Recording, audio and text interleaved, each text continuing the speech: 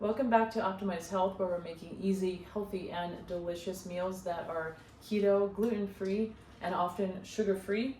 Today we are making a sugar-free vanilla bourbon pumpkin pie that is going to be a cauliflower and proprietary flour blend crust. I've also added some cake batter flavored vanilla cake batter flavored protein powder, about 1 serving of this protein powder for about half a cup of almond flour, and then about 1/4 to half a cup of my proprietary flour blend. I added 2 teaspoons of organic. You should talk to your doctor, healthcare provider, or veterinarian to see if any of these recipes, suggestions, or contents of these videos are right for you. Nothing contained in these videos are intended to be taken as medical advice. Use at your own risk.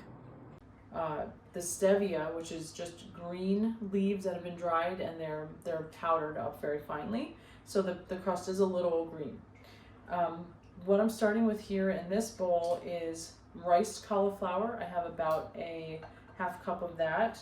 That's going to be paired with my dry flour after I've melted approximately 2 tablespoons of butter.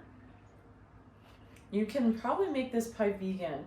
I have done a smaller pie that did well, vegan recipe that was coconut oil based. And so I used about 2 tablespoons of coconut oil instead of butter. And I don't need an egg for this pie because of my cream cheese, but in the vegan recipe, you can do, instead of the 2 ounces of cream cheese that I'm gonna add, you can do 2 ounces of coconut milk and any sort of thickening agent of your choice, like guar gum, or even some flax seeds or something that's going to help the pie hold together. If you're not gluten-free, you have even more options in that realm. But here our priority is a gluten-free because I am gluten sensitive. I can't have gluten. So I'm going to heat this gently in the microwave for about 30 seconds. I tried softening my butter a little bit prior and just left it out for maybe like 45 minutes to an hour. It's a little soft, but you know, it's not quite at that point where we can mix it. A lot of these shortbread recipes are going to suggest that you keep your butter cold to help facilitate the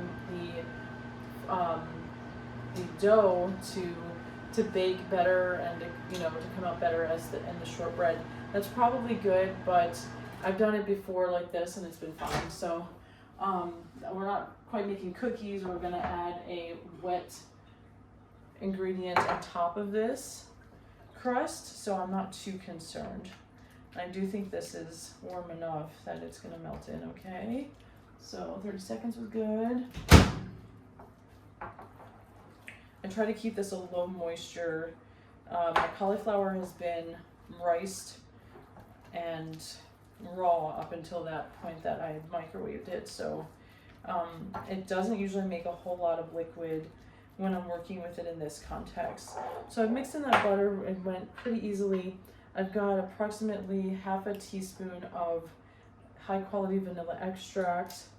I'm going to do approximately half a teaspoon of high quality almond extract,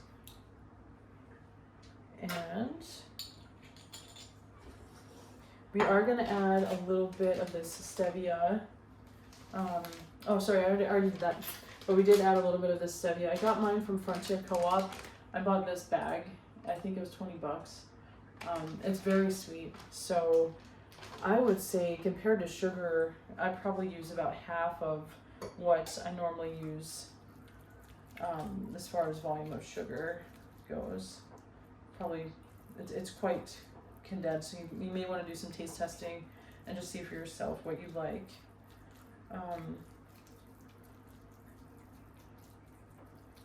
So I mixed in those 2 wet ingredients. I'm going to add my dry ingredients. I've already mixed this in. The protein powder is a little unmixed, but my proprietary blend and about a teaspoon of baking powder has been blended in already. So baking soda is what makes your ingredients brown and spread out. Things like cookies, maybe certain things like brownies, cookies that you may want to spread out. Baking powder will help it rise and help it like kind of thicken up and get a little bit lighter and not be so dense. I'm a little bit reserved when it comes to this cauliflower dough being like too dense. I'm a little bit concerned, so I'd like to add some leavening when I use cauliflower, which is basically for all of my baked goods, as you'll see. So I'm adding this dry ingredient little by little and blending it in with the wet ingredient. Shortbread is actually, although it can be a little tricky getting the texture right, it's a pretty simple dough, pretty simple recipe. You could use this base for cookies, and I've done it recently. I made a lavender shortbread cookie, and I'll share that recipe with you guys as well. And I just used lavender essential oil. I added it to this recipe, and it was really good. You'll find that I don't tend to turn my oven on because I like to keep it easy, and I cook most of my baked goods on the stovetop. So this is looking like it's gonna require most of this dry ingredient, which is good. Our proportions are good here. It's gonna be nice and buttery. And I love that extra, approximately 25 grams of protein that I added to this crust. Otherwise, we don't have a whole lot of protein typically. The reason I did approximately the ratios that I didn't add more protein. I did an experiment not too long ago, and it was a good learning experiment to see the threshold for protein powder in these keto and low carb baked goods. And I found that really it's probably about less than 20% volume. You need to keep it definitely under 30% or so. So I'm working with maybe 10% volume here, and I think that we have no compromise of the texture of our crust. This is a little wet for a shortbread. Depending on how picky you are, you may want to add a little more coconut or a little more almond flour.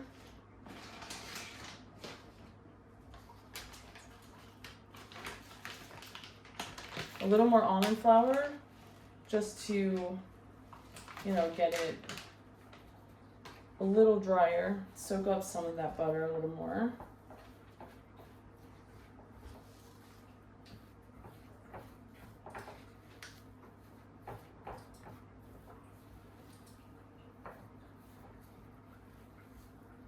So you want to start to see your dough crumble a bit, and this is getting very close. I'm not going to be too picky because I think it's going to turn out just fine in this recipe. It's coming together pretty well as a dough, and everything is well mixed. So I am going to start pressing it in. What I'm going to also do on the side here is get my pumpkin started and my filling. What I want to do is take about 2 ounces of this cream cheese and place it in this Pyrex. Melt this, definitely with the explosion protection, because it will, but it's worth it. If you see it about 30 seconds, it's gonna pop. Don't be alarmed.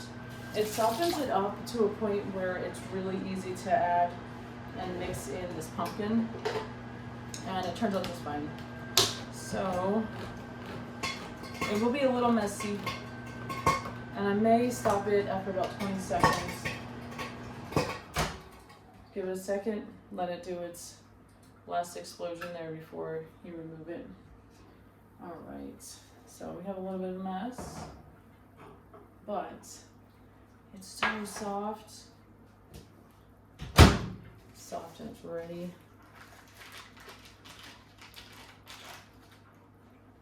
See this? Look how easy it is to work this. So it's going to mean less clumps in our pumpkin mix. All right.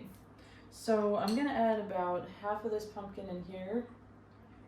And so I have mixing room, and I'm going to mix in most of my ingredients. I'll show you my little trick to keeping my kitchen low mess and less work. Just don't want to dirty another bowl, that's all. So we're going to mix this in.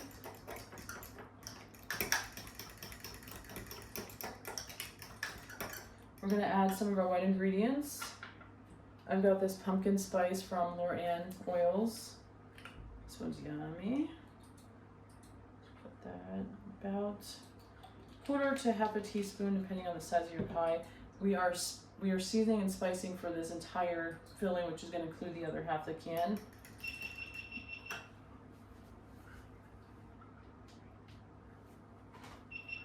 So I'm going to add our pumpkin pie spice mix from Trader Joe's. Love this one. And for this whole pie, I like to add about 1 teaspoon and follow up with a little extra cinnamon because it's wonderful. So about 1/2 teaspoon more of cinnamon. Now, the last time I made this pie, about 1 tablespoon of bourbon was good. About 1/2 shot. So let's just add that. Should be good.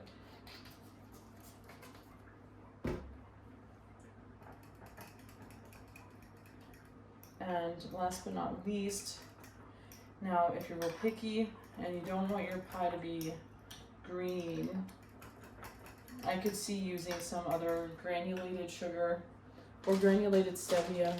I like to keep it natural, so I am going to add about 2 teaspoons of this powdered, completely natural organic stevia.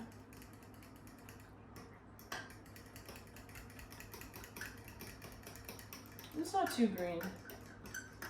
It looks more like a butternut squash. It doesn't have the deepest orange, but we're gonna blend in some more pumpkin, so there's still hope. Feel free to get fancy with an immersion blender or a whisk if you need a workout and you want to work out some of these finer cream cheese lumps. I'm not going to. It'll turn out good. They'll melt up. It'll look and taste good. So what I am gonna do is press in this crust. And I think this is, I don't know if it's going to be more than we need, but I think we're going to just make it a little thicker if that's the case. But this is about a 9-inch pan.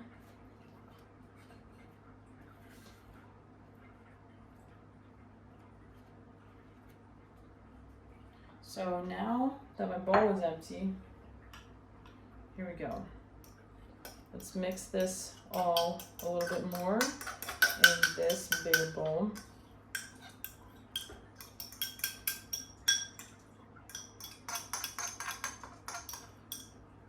Get most of that out of there.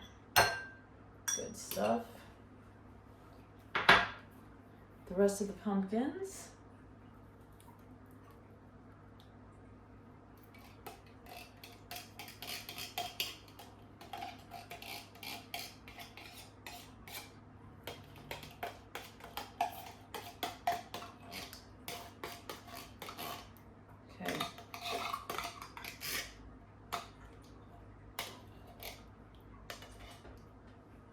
I don't really add any other liquids. It's actually just, pumpkin pie is a very easy pie.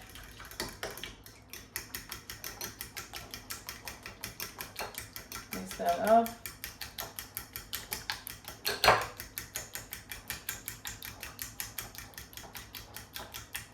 I've already preheated my pan. I'm cooking this Dutch oven style. And it's gonna go in this copper pan. Put it on the lid.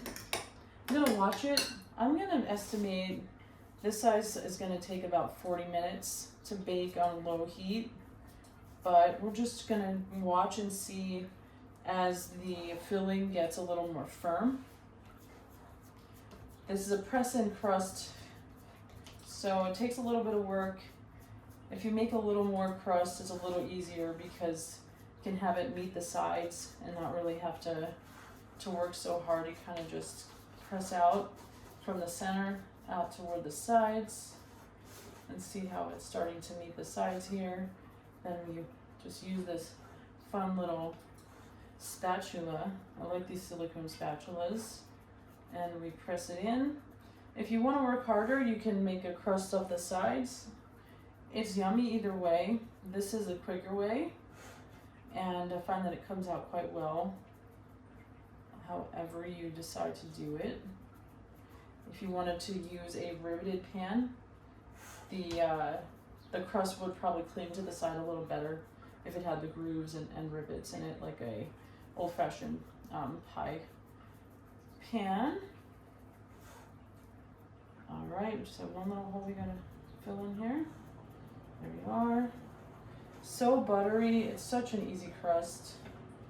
Some people may like to pop this in separately. I'm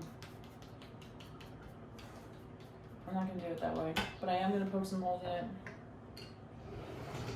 so it can have some flow of air through, even though the pie is probably going to come down in it a little bit. When you poke holes in shortbread, you want to try to not go all the way through and just stick to like 50% of the thickness so it doesn't crack, but it will help for it to release some heat and air, which also prevents it from bubbling up and maybe not expanding the way that you don't want it to. All right, see how easy? Now we're gonna put the filling in, and our work is almost done. I like to just start pouring in the center, get a gauge of how thick it's gonna be, and let it just naturally flow out and expand.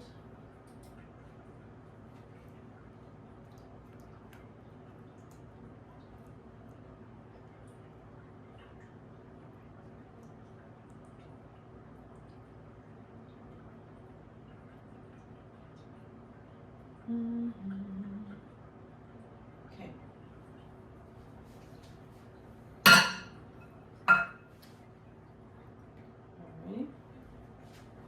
A little bit of a mess there, but okay, so we've got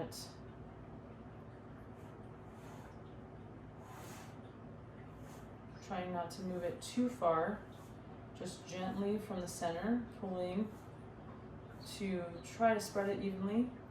I don't want it to get too close to the sides because it is going to expand a little when it cooks. Don't worry, even if you mess up a little bit, it's still going to be really yummy.